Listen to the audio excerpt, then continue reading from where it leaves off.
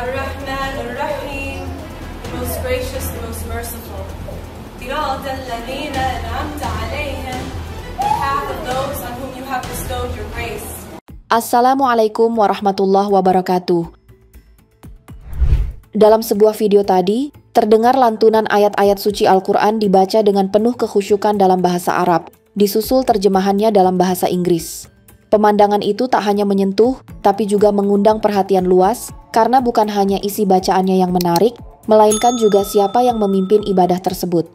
Tepatnya di kota Los Angeles, California, Amerika Serikat, sebuah peristiwa tak biasa berlangsung.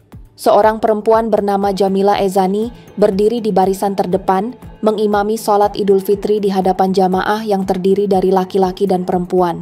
Komunitas tempatnya bernaung, Muslims for Progressive Values, MPV, menjadi saksi atas momen yang menggugah sekaligus kontroversial ini. Bagi banyak orang, ini bukan sekadar sholat, tapi ini adalah pernyataan. Peristiwa itu segera menyebar ke seluruh penjuru dunia melalui video yang beredar luas di internet. Reaksinya pun beragam. Sebagian mengapresiasi keberanian dan semangat kesetaraan gender yang diusung MPV, sementara yang lain mempertanyakan keabsahan praktik tersebut dalam kacamata fikih Islam yang selama ini dianut mayoritas umat. Sehingga ada yang menghubungkan dengan kebakaran LA sebelumnya. Dan muncullah beberapa pertanyaan. Apakah Allah sedang memberi isyarat? Ketika langit Los Angeles memerah, terbakar oleh kobaran api yang melahap perbukitan dan menyelimuti kota dengan asap pekat, sebuah peristiwa tak biasa berlangsung di sudut lain kota itu. Seorang perempuan berdiri sebagai imam, memimpin salat Idul Fitri di hadapan jamaah laki-laki dan perempuan. Dua kejadian yang tampaknya tak berhubungan itu seolah bersinggungan di ruang batin banyak umat. Di satu sisi, bumi berguncang, langit terbakar, dan alam seperti sedang menunjukkan murka. Di sisi lain, sebuah tafsir baru tentang Islam dipertontonkan di ruang publik, yaitu tafsir yang menantang tradisi dan mengguncang pakem yang selama ini dijaga dengan penuh kehati-hatian. Lalu pertanyaan pun muncul, apakah ini hanya kebetulan ataukah peringatan? Apakah Allah sedang menegur? Apakah kebakaran di Los Angeles hanyalah musibah alam biasa? Atau ada pesan spiritual yang tersembunyi di baliknya? Sebagian mungkin akan berkata, tidak patut mengaitkan bencana dengan tindakan manusia, karena rahasia Allah tak bisa diselami secara gegabah. Namun sejarah spiritualitas manusia selalu menyimpan ruang bagi tafsir dan perenungan. Nabi-nabi terdahulu melihat gempa, badai, dan api sebagai tanda, bukan sekadar gejala alam. Maka pantaskah kita menutup kemungkinan bahwa ada pesan di balik semua ini? Apakah Allah sedang mengingatkan bahwa dalam semangat perubahan, manusia tidak boleh melangkah terlalu jauh hingga mengaburkan batas yang telah digariskannya? Secara tradisional, posisi imam dalam salat berjamaah, terutama jika melibatkan laki-laki, hampir selalu diisi oleh pria. Hal ini didasarkan pada interpretasi hukum Islam yang telah mengakar selama berabad-abad. Namun, MPV menantang norma tersebut dengan pendekatan baru bahwa kualitas keilmuan dan ketakwaan harus lebih diutamakan daripada jenis kelamin dalam memilih seorang pemimpin salat. Perdebatan semacam ini bukanlah hal baru. Sejak masa awal Islam, isu tentang perempuan menjadi imam telah menjadi bahan diskusi yang panjang dan kompleks.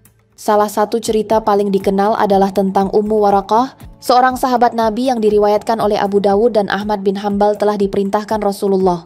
Hadis tersebut menyebutkan bahwa Ummu Waraqah menjadi imam bagi ahli rumahnya yang ditafsirkan oleh sebagian ulama mencakup juga laki-laki.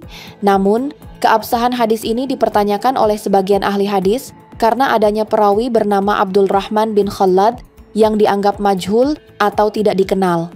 Perbedaan redaksi antara riwayat Abu Dawud dan Ahmad bin Hanbal pun menjadi titik diskusi.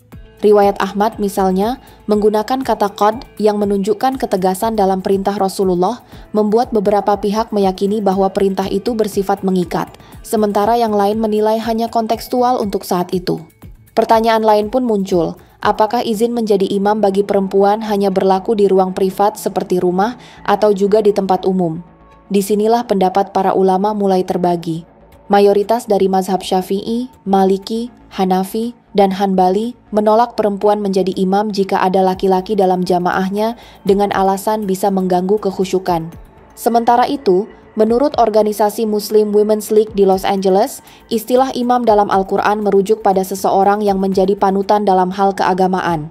Dia beranggapan bahwa tugas imam adalah membimbing umat sesuai ajaran Islam dan menjadi teladan, tidak semata-mata hanya memimpin sholat. Dalam hadis yang diriwayatkan Ahmad dan Muslim, Rasulullah bersabda, "Imam adalah orang yang paling baik bacaannya terhadap Al-Quran.